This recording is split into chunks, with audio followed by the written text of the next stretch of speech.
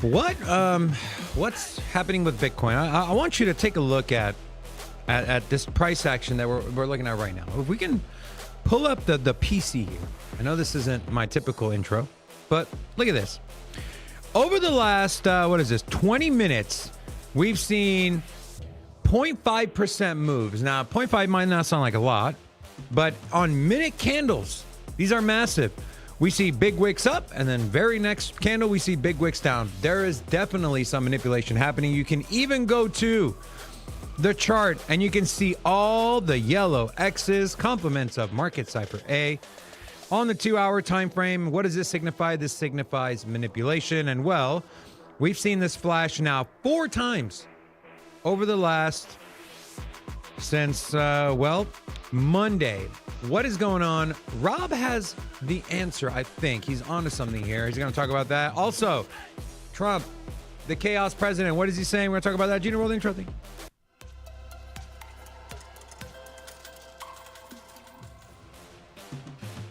Hola! Is your dog, Big Rob. Welcome to Sin City Crypto, home of the We Keep It Fresh Every Day crypto channel, where we don't bore you to death. All right, so a lot going down on Bitcoin. Price is definitely going down. Yeah. We're at an interesting spot, right? You might I don't know if think interesting is the right word to use, but yeah. well, hear me out. We are in an interesting spot, and a lot of this is really off the back of in the very, very short-term window, in the micro view. Strategic micro view. Yes, the strategic micro view. You can see that. Hint, hint.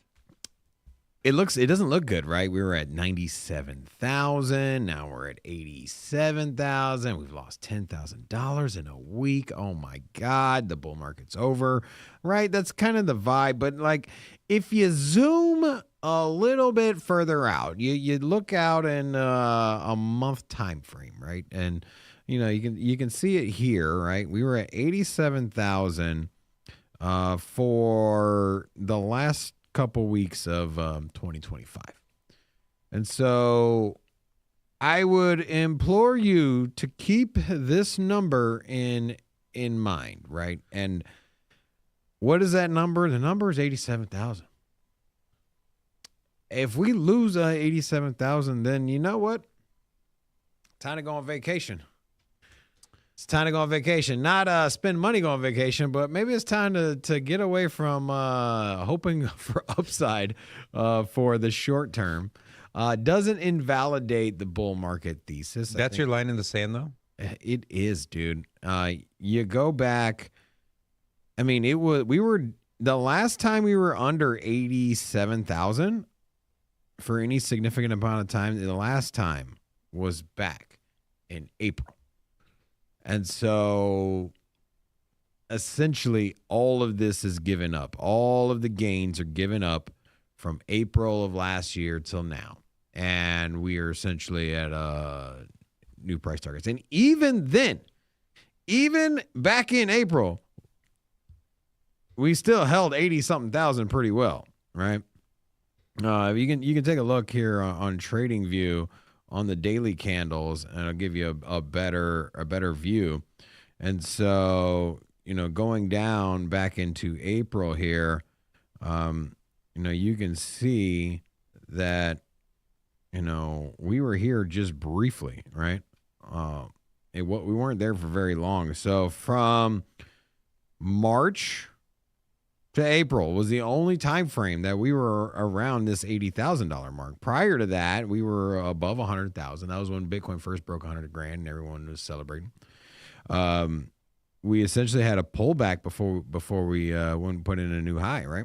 And the pulled back to 84,000. So 87 is the first line in the sand. I would say the first line in the sand was us, keep 90, right? 90, and that was basically saying, hey, we're seeing, putting a little low, rallying for the year. However, now we're playing around with price ranges that we were at in April last year. And so if we go down to here, we lose 87, we're definitely going down to 84. And then, there's no support after that. The next support line is 60,000. And so will we bounce somewhere at 70? Probably, maybe in the short term. But I hate to say it, but you lose 80,000, you're going right down to 60, bro. Yeah. That's just what the market, that's what the charts are telling me. That's what history says. And kind of just tells you that, like, hey, man, you know what? Bull market is kind of done. Now, if that's the case, the bull market's done, I do think that we get a quick rally. I think that it's a top and then, a sell-off. I don't think it's a 3-year bear market kind of thing. We didn't get a flushing out of we didn't get a flush on the markets, right? We didn't get that big bubble. So for that reason, I think that you bounce back quicker. But if I had to put some kind of time frame on it, if say we lost 80,000, then we're going to 60, and we probably won't bounce back until the back half of the year. Today's thumbnail had Trump. It said chaos president. I want to share a post by Felix. If Kamala Harris was our president, Bitcoin would be over 180K now and no tariffs and rate cuts and more money for the economy. Maybe. I want to share a video. This was posted by M&M's. M&M Crypto. What is it? MM Crypto? Mm-hmm. M&M. Trump at World Economic Forum. Well, our stock market took the first dip yesterday because of Iceland. So Iceland's already cost us a lot of money. But that dip is peanuts compared to what it's gone up. Peanuts. And we have an unbelievable future in that stock. That stock market is going to be doubled. We're going to hit 50,000, and that stock market's going to double in a relatively short period of time. Some big peanuts there. My man's got a big peanuts. All right, so and look at the Dow. Look at this. Yeah, this morning was interesting. Yeah, I was watching the Nasdaq this morning, and interesting. Yeah, we were up. I don't know if the Dow looks the same, but yeah, we were up over like 1.5%. And then, just sold down. So a lot of volatility, not only in Bitcoin, but also in the markets. A lot of people are paying very close attention to what's going on in Davos. I want to share a comment by Jay Andrews. Said, Bitcoin will never go below election day price of 73K. Typically, that's been accurate. You think it's true? This election price? Yeah, when the president gets elected, it doesn't ever go below that price on that day, which was 73K. Oh, yeah, I forgot about that metric. What was that, 70? 73K. I mean, that's kind of where I'm at. I'm at like 76. That's my bottom, 76K. I mean, it makes, but I don't know. I would say more historical price action going, dropping down to 60,000, I think is what's likely. And it basically says to me that, like, if you lose 80,000, it basically tells you that, like, hey, you know what? The top of the bull market is now behind us. And so for that reason, we're going to be we're going to be down in some lower prices. Just the reality of it. I want to take a quick look at the markets here. So as mentioned with Bitcoin, we are at 88,000. And so you can see that we're flirting. We put in a little bottom here, perhaps, on the 1 hour candles. And then I hate TradingView on CoinMarketCap, but okay. All right. So here we go. So on the 1 hour candles, you can see that we did come down, and the bottom was we almost hit 86,000. Man, I didn't even realize we dropped that low. Yeah, I know. Yeah, 87.2 is where we're at. Nice little bounce here. This is a 1 hour candle. Let that sink in. From 90,200 all the way down to 87,000. We lost $3,000 in Bitcoin in a matter of a little over an hour. But seeing a nice little rally here, 88.2. All right, so let's take a look at what's going on in the altcoin sector. So biggest gainers today, MYX Finance, Canton. Canton just is not slowing down. It does pull back from here and there, but then it just outperforms the its biggest move, top 20. And then, you can see here, it's up from 10 cents. 10 cents to 15 cents. And that is just since the 19th. So in the last 2 days, in the last 48 hours, bro. What a move. Yeah. Looking at the 1 hour candles, you can see that we were at 1.6 cents. I feel like it might not be a good time to buy. I feel like you're trading down into this channel. So if I had to say anything, I think you'd probably do something more like this. So probably be able to get back into this at around 10 cents would be my guess. And then You're on Canton Network? Yeah. I think you probably pick this up around 10 cents here. 10 cent mark is right here. I'll change the color of this to yellow. And I think that's probably something that I would expect if you're going to trade Canton. Maybe now's a good time to short. I like Canton for a long-term hold, too. Yeah. Not outside of trading. Yeah, and I mean, the chart looks good. And then you can always take a look downstream as far as the smaller plays. Top 500 power protocol. Something I've been keeping my eye on. Another rally at 32%. Remember, this one is the one that has gaming tied to it. This is something I'm keeping an eye on. I've been watching this for a while, right? And so it came out of kind of nowhere, got up to 36 cents, and then it sold off. And now we're seeing, rounding out, a bottom, rounding out, starting to come up. Is this the best time to buy? Probably not at this exact moment, but I think if you pick it up at 16, 18 cents, I'm really digging with this one. If you don't remember what it is, it's a mobile gaming blockchain. I guess would be the best explanation of it. They only have one game under there. There's supposed to be multiple chains, but this Fableborn here, it's not even live yet. So this is concept. I would be careful with this. This wouldn't be any kind of long-term investment, but market cap size, number 400 on the list here, number 467 on market cap's list of top 500, $40 million market cap. I think there's some money to be made here. We saw gaming start to rally. Gaming sold off after that rally, but yet Power Protocol is performing quite well, which is a good indication for me. I'll keep my eye on it. Maybe pick it up at 18. You can grab this at Mexi, BitGet, and also you can swap for it as well on multiple exchanges or dexes. Beautiful. Speaking of price action, let's kick it over to Brendan. Brendan, you got any trade setups for us? Yeah, so I'm very bearish on whatever is happening with Bitcoin at the current moment. He said whatever's happening with Bitcoin. Yeah, whatever is going on.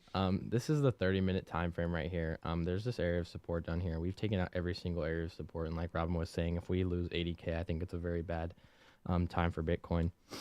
So on the 1 minute, there's really nothing. So I came up to the 30-minute, which is what I choose to trade if there's no setups for me on the 1 minute.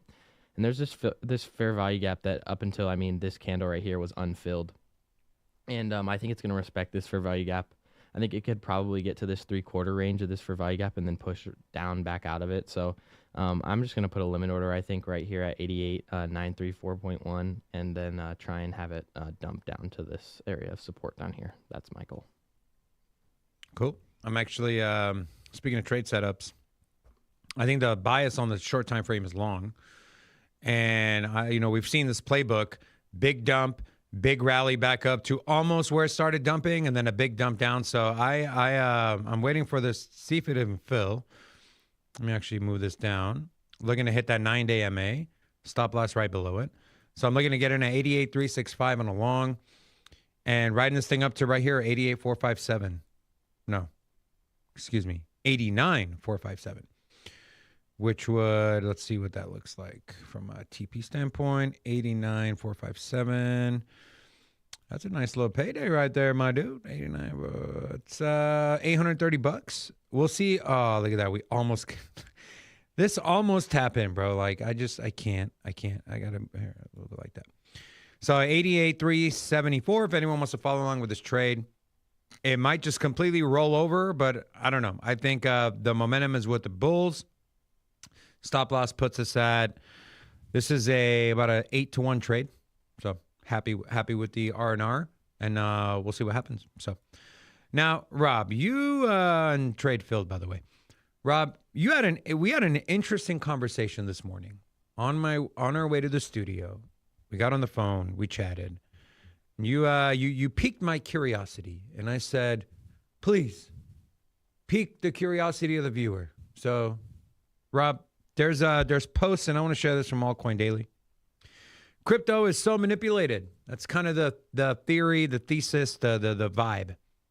Rob, what's your take on what we're seeing, and who could be behind this? Present your evidence, sir. So, you know, it's interesting, right? There's certain signals that you would get that you would think should be bullish, right? You know, you get here's a good example. January 20th.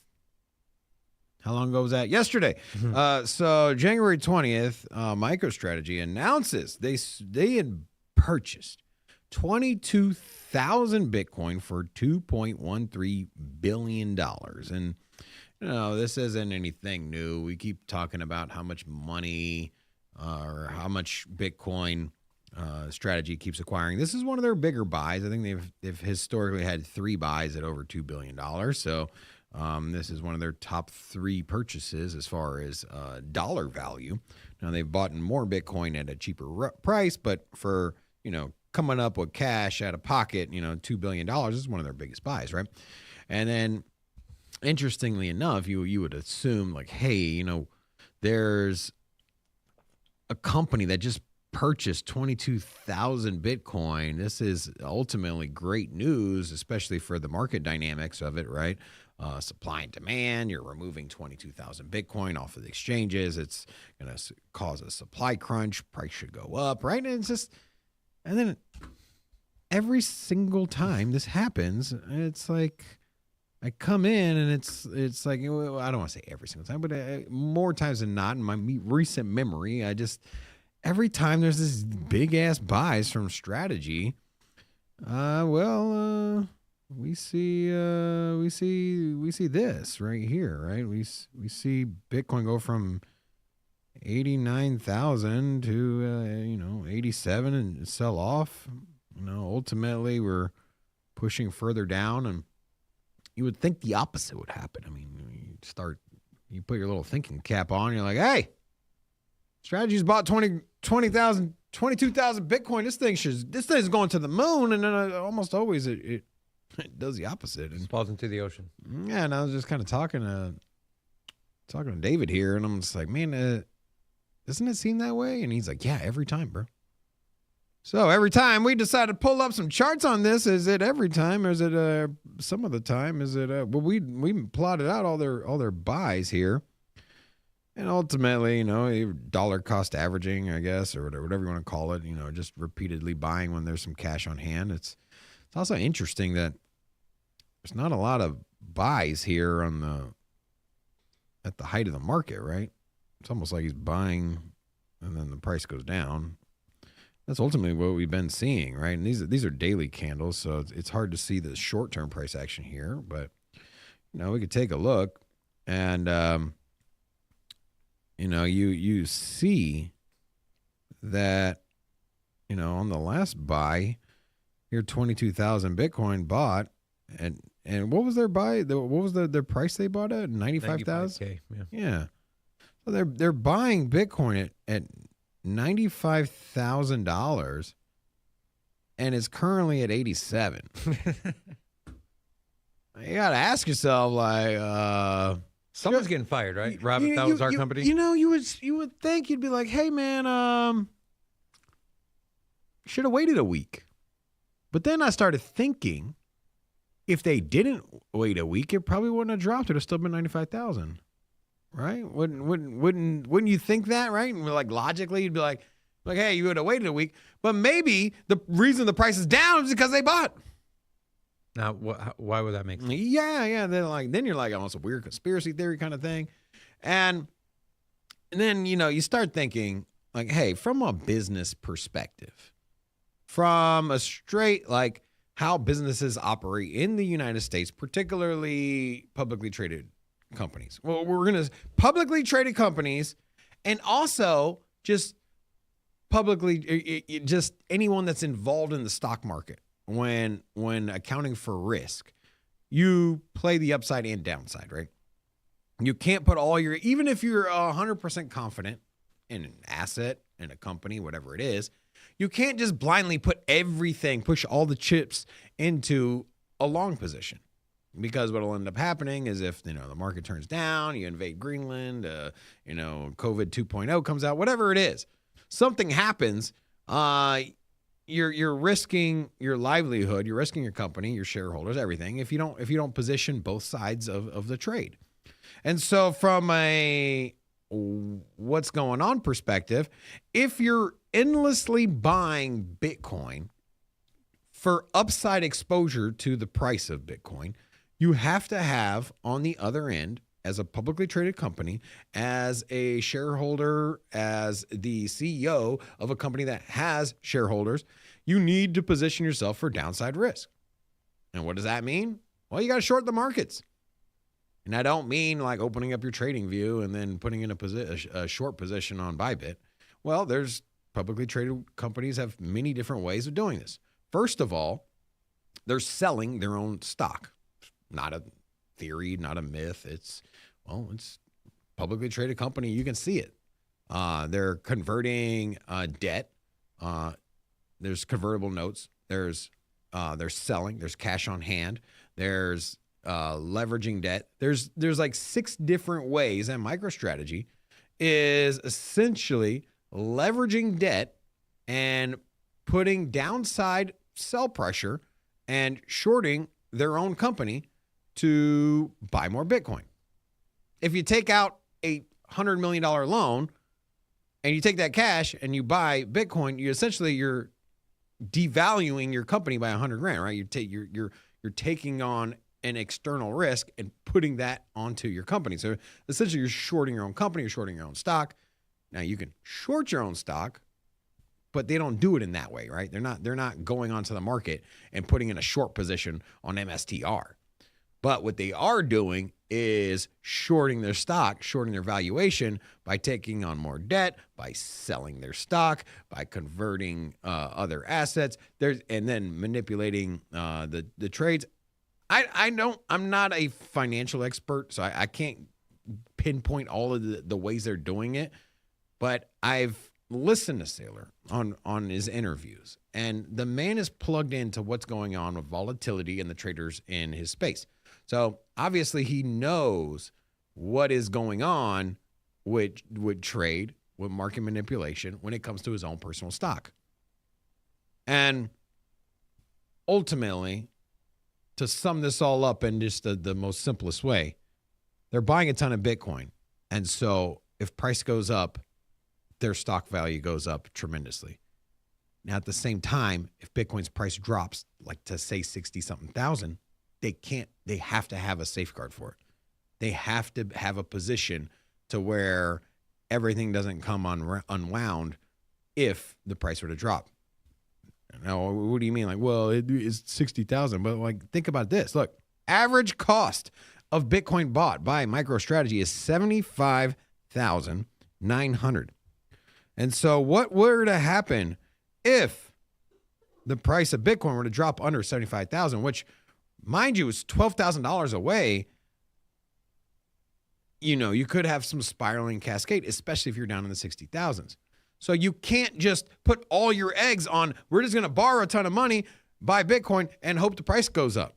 We know it'll go up over time, but you need to position yourself for a downside sell, especially if it's going to be to the tune of a whole year, especially if the Bitcoin top is in 120 something thousand was the top of Bitcoin.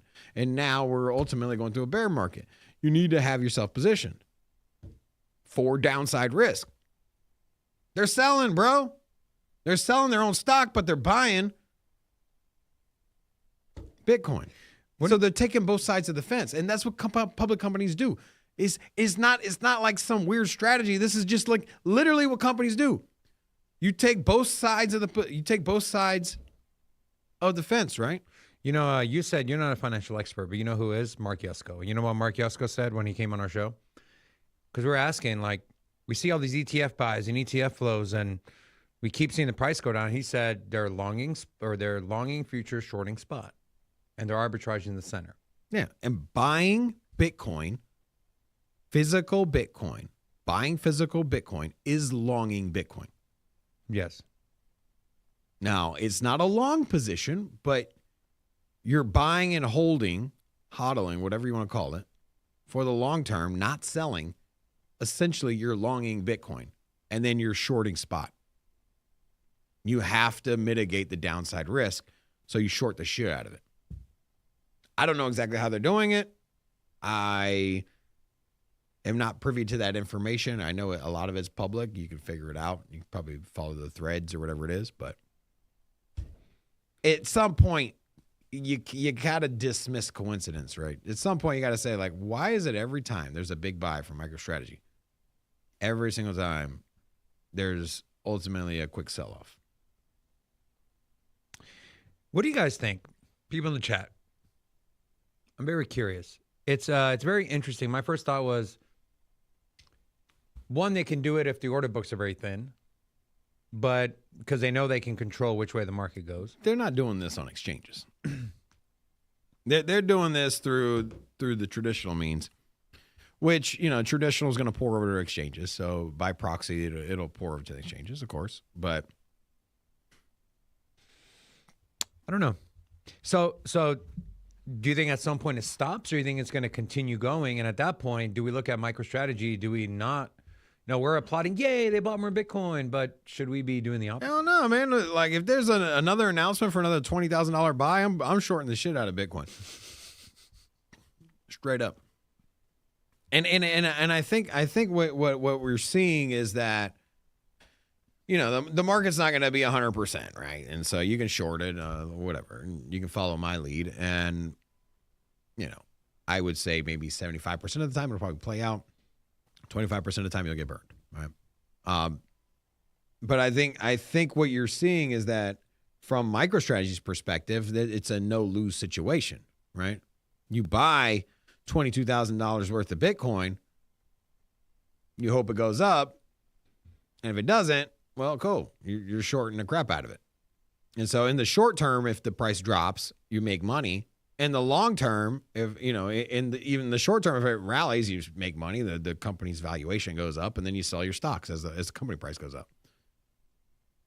And then as the price drops, you know, you can buy back your own stocks. It's just like, it's such an interesting company, and it's such an interesting dynamics to it, and it's so simple. On paper, it's so simple, but there's so many moving parts behind the scenes. And so from a trader's perspective, I would keep a very close eye on you know, what's going on. You know what's interesting? Take a look at this. You know what's interesting? Say, on New Year's Eve and on the 5th, look how small these buys are. 3 Bitcoin. 3 Bitcoin on the 31st, and then 1,000 on the 5th. If you look at Bitcoin on the what happened on the 3rd? By the way, that's when the market's opened. Yeah, look at on the 3rd. It's first Monday of the first of the or no, not the 3rd, excuse me. On the 1st. Ultimately, you know, we chopped sideways. We rallied briefly. And you can kind of see this more on the, like I said, we'll pull in the 2-hour candle here. You can see here on this buy, we rallied, and then on the and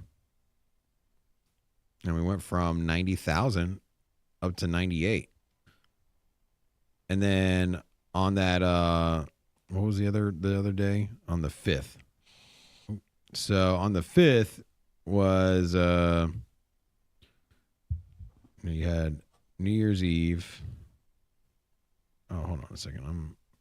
You're on supposed to be, yeah, I'm supposed to be over here. 2 hours. Sorry, over here. This is where I'm supposed to be at.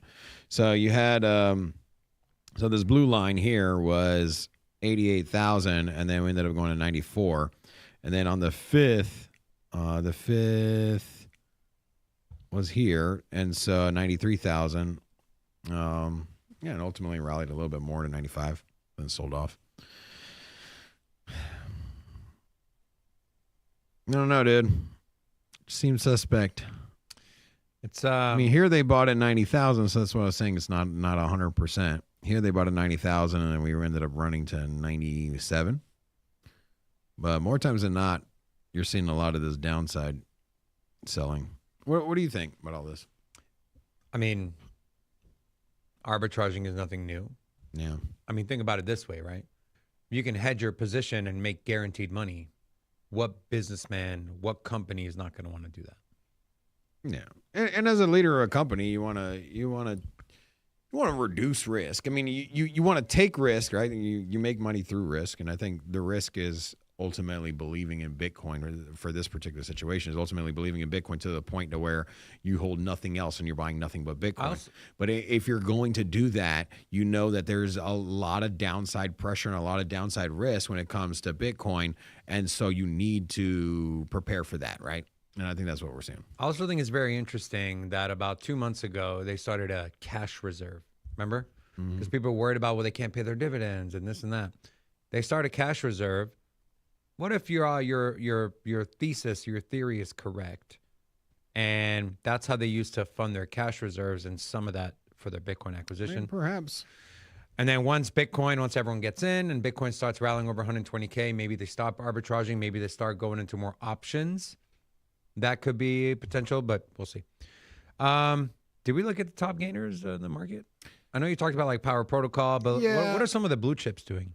All right, so going down the list here, just a couple outliers. So we're seeing a lot of just on the 24 hours, everything's pretty flat. You got Bitcoin at 1%, ETH at 2% down, Solana's dead even. It is down a little more so on the week. You can see Monero pulled back quite significantly, 33% on the week. Back at $500. I think we were talking about entry point on Monero, and earlier this week, we were talking about, hey, if it got back down to 500, I think this would be a good spot to buy. And if you take a look here, we'll go down to the 1 hour candles on TradingView, and it feels like what we're seeing here ultimately is a rounding bottom, and I think we're going to shoot back up. I think what we're really waiting for is Bitcoin to break out. Right now, this ultimately could look a lot more like what we saw here. Right? You could say that, like, hey, you know what? We came down, we started rounding out, and then instead of doing instead of having the handle and then breaking out, what we saw was, same thing here. We're expecting it to come up and then, do something of that nature. However, if Bitcoin were to sell down, I think you're going to get more of this, right? And so I think it's just more of, what do you think is going to happen with Bitcoin? Is it's ultimately going to signal to the alts what direction to go? I still, okay. I know I started the show a little doom and gloom, a little uneasy, and basically we're at a very pivotal point in the market, and ultimately this $87,000 is the line in the sand for me. And so if this thing can hold above 87, can get back above 90, then we're cool. We're good. right? Because ultimately we didn't go down below where we were back in December, just a month ago. If we lose that, then we're back to where we were back in April, and there was not a lot of support there. And so, you know, I am on the sidelines on my alts until I figure out what direction Bitcoin's going, because it's a big move one way or the other, right? Yeah. And who is going to be the one that gets hit is going to be affected the most? It's the altcoins. It's the beginning of the year. I'm 50-50, dude. I don't know what way the market is going to go.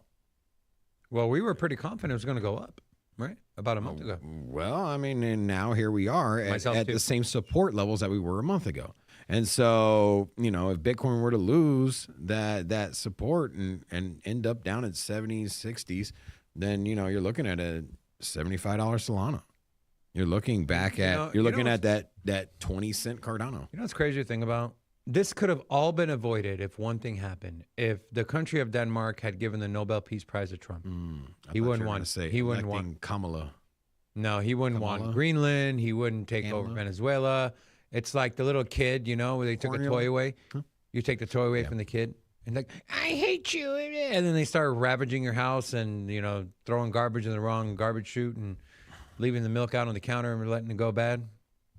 All they had to do was give him that prize, man. I think the tariffs have been the brakes to the economy. I think that GDP is growing. You have energy prices going down here in the U.S. Everything looks great. Inflation's down. Yeah, everything's good. Like we're in the right direction. But I think ultimately we're putting the brakes on potential breakout from tariffs. And, you know, Donald Trump will point the finger and say, like, hey, this is the Fed. This is the Fed's fault, you know, high interest rates. And to some point, that is true. But ultimately, I think that because there's a polarized anger between the executive branch and the Fed's not going to bow down to the government and cut rates. And because that's what that's what the executive branch wants. So the Fed's going to be like, hey, man, you keep talking crap about us. We're not going to lower rates, even though we should. I genuinely think that's what's happening. I think that we would be aggressively cutting rates if Kamala Harris was in office, as an example. I think that we would be printing money at the rate that we're currently printing, right?